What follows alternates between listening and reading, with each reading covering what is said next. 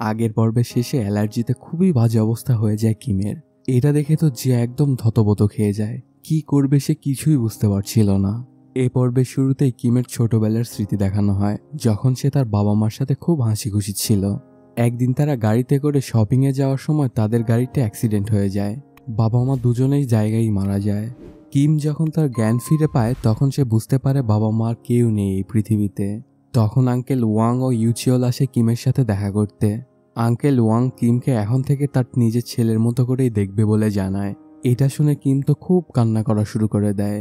কিমের বাবা মার ফিউনারেলে অনেক মানুষ এসেছে, সবাই খুব দুঃখ প্রকাশ করছে কিমের বাবা মার জন্য।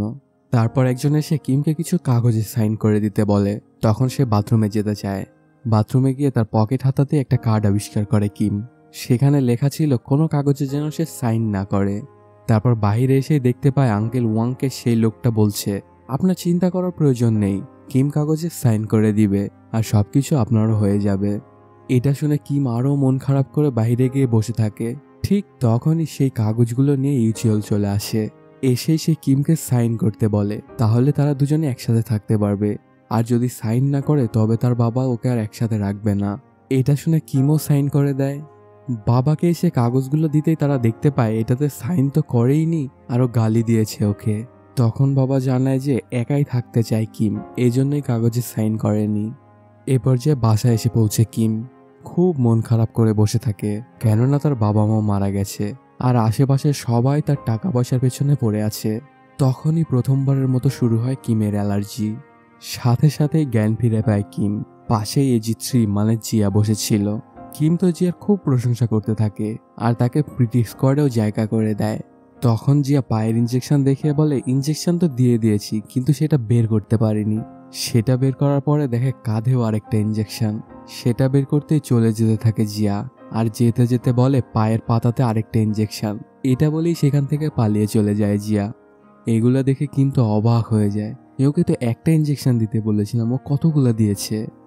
ঘরের বাইরে যেতেই জিয়া কিমের সম্পর্কে চিন্তা করতে থাকে।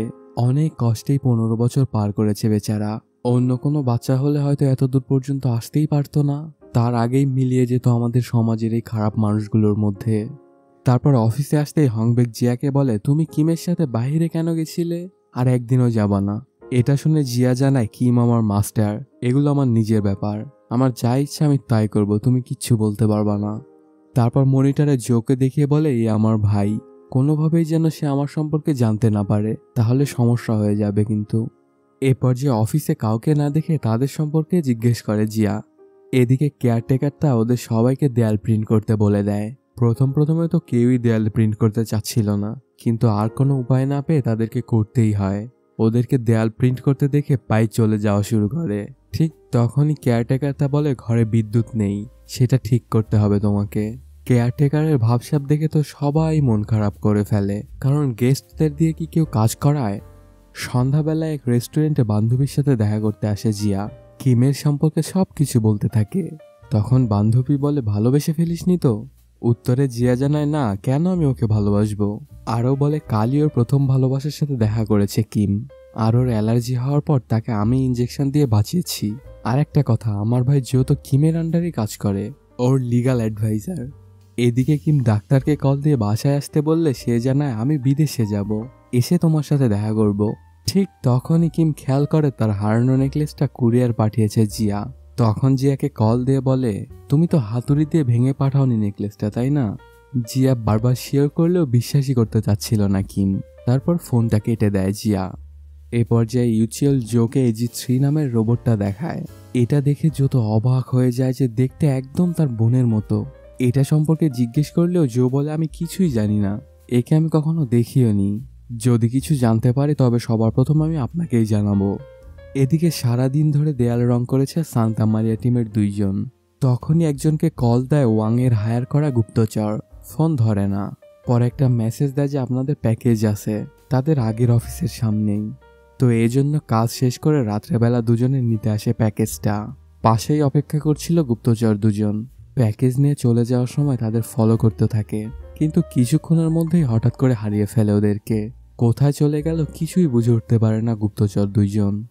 এদিকে বাসায় কিম রিয়েলের কথা ভাবতে থাকে। ওদের দুজনের বিয়ে হলে কি হবে এটা ভাবছিল সে। ঠিক তখনই জিয়ার কথা মনে পড়ে যায় ওর। বের হয়ে পড়ে তাদের অফিসের দিকে, আস্তে আস্তে আগায় সেদিকে। দরজার কাছে যেতেই আজব আওয়াজ শুনতে পায় কিম। মনে হচ্ছে যেন কেউ কোয়ালিটি টাইম স্পেন্ড করছে, কিন্তু ঘরের মধ্যে তো অন্য চিত্রই চলছিল। সারাদিন দেয়াল রং করায় দুজনের শরীরে প্রচুর ব্যথা, এজন্য তাদেরকে ব্যান্ডেজ লাগিয়ে দিচ্ছিল হংবেক। আর ব্যথায় ওরা এমন আওয়াজ করছিল। হঠাৎ করেই কিম এজিথ্রিয়ের হাসি শুনতে পায়, সাথে সাথে দরজাটা খুলে ফেলে কিম। ঠিক তখনই হংবেক বের হয়ে আসে। কিম এজিথ্রিকে দেখতে চাইলেও দেখতে দেয় না হংবেক। অনেক করে রিকোয়েস্ট করলেও কোনো লাভই হয় না। পরে চলে যায় কিম। এসেই সুইমিং পুলে ভেসে ভেসে চিন্তা করতে থাকে। ঠিক তখনই আসে দুজন সুইমিং পুলে। ওদের দেখেই ডুব দেয় কিম। দুজন একদম তৈরি হয়ে ডুব দেয় পুলে। পানির নিচে যেতে দেখতে পায় কিমকে। দুজনই অনেক ভয় পেয়ে তাড়াতাড়ি করে উঠে চলে যায়। এমনটা মনে হচ্ছিল যেন ওরা ভূত দেখে ফেলেছে।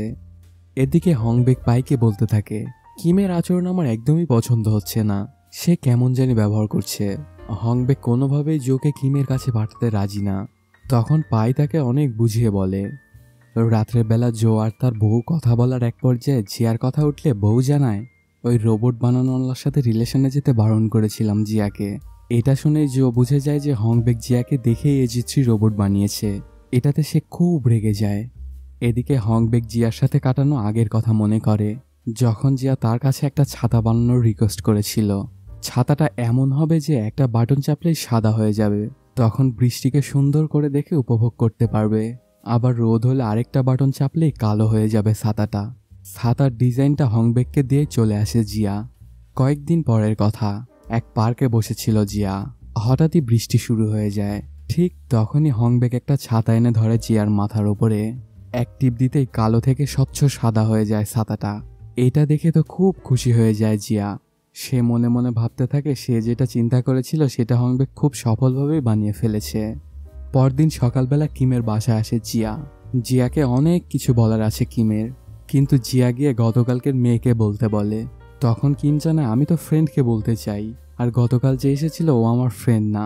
ছোটবেলায় ওকে আমি পছন্দ করতাম, কিন্তু ওর থেকে কোনো রেসপন্স পাইনি।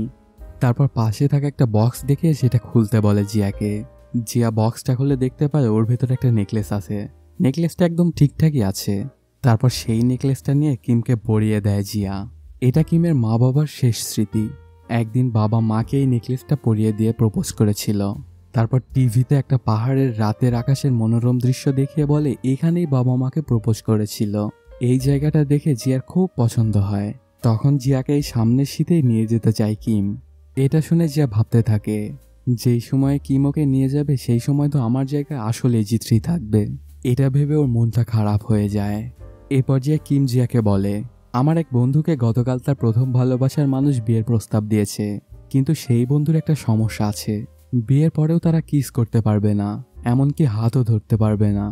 এমন বিয়ে কি কোনোভাবে সম্ভব? তখন জিয়া বলে, যেহেতু প্রথম ভালোবাসা তাহলে হ্যাঁ তো করতেই হবে। তারপর হাত ধরে সব সত্য বলে দিলেই সমস্যার সমাধান। কিন্তু কিম জানায় হাত তো ধরা যাবে না, অ্যালার্জি আছে ছেলেটার। আর এই অ্যালার্জি কারণ অন্য কিছু না, মানুষকে টাচ করলে অ্যালার্জিতে বাজে অবস্থা হয়ে যায় ছেলেটার। কিন্তু জিয়া পুরা ডেটাবেস ঘাটাঘাটি করেও এই অ্যালার্জি সম্পর্কে কোনো ডেটাই পায় না। এরপর যে কিমের ক্ষুধা লাগলে সে রান্না করতে যায়। আজকে সে বেবি ক্র্যাব রান্না করবে, আর জিয়াকে জানায় ওদেরকেও দিয়েছি কিছুটা। কিমের দেয়া সেই বক্সটা খুলতেই চমকে যায় সবাই। এতগুলা কাঁকড়া, তাও আবার তাজা। কাঁকড়াগুলো সব বক্স থেকে বের হতে থাকে। এদিকে জো হংবেকের সাথে দেখা করতে এসেছে। কেন সে তার রোবটের চেহারা জোর বোনের মতো করেছে জিগালেও কোনো কিছুই বলতে পারে না হংবেক। তখন এজি3 এর চেহারা পাল্টিয়ে দিতে বলে, যদি এটা না করে তবে ওদের বিরুদ্ধে কেসও করতে চায়। আর এদিকে কাঁকড়াগুলো খুব কষ্ট করেই ধরছিল সান্তা মারিয়া টিম। খুব সুন্দর করে কাঁকড়া রান্না করছে কিম। খাওয়ার সময় জিয়া জানতে চায়, আপনি কোনোদিন রেস্টুরেন্টে যাননি? তখন কিম জানায়, না, 15 বছরে একবারেও যায়নি। প্রথম রান্না করতে খুব কষ্ট হতো, আস্তে আস্তে শিখে গেছি। এখন সবকিছুই খুব সুন্দর করেই রান্না করতে পারি। কিমের ছোটবেলার কথা চিন্তা করে খুব মন খারাপ হয়ে যায় জিয়ার। ছোট্ট একটা ছেলের উপর দিয়ে এত কিছু গেছে। এগুলো ভেবে সান্ত্বনা দিতে থাকলে কিম বলে, যদি আমার প্রথম ভালোবাসার মানুষও তোমার মতো রোবট হতো তবে ওকে আমি টাচ করতে পারতাম, হাত ধরে ঘুরতে যেতে পারতাম, আর কিসও করতে পারতাম।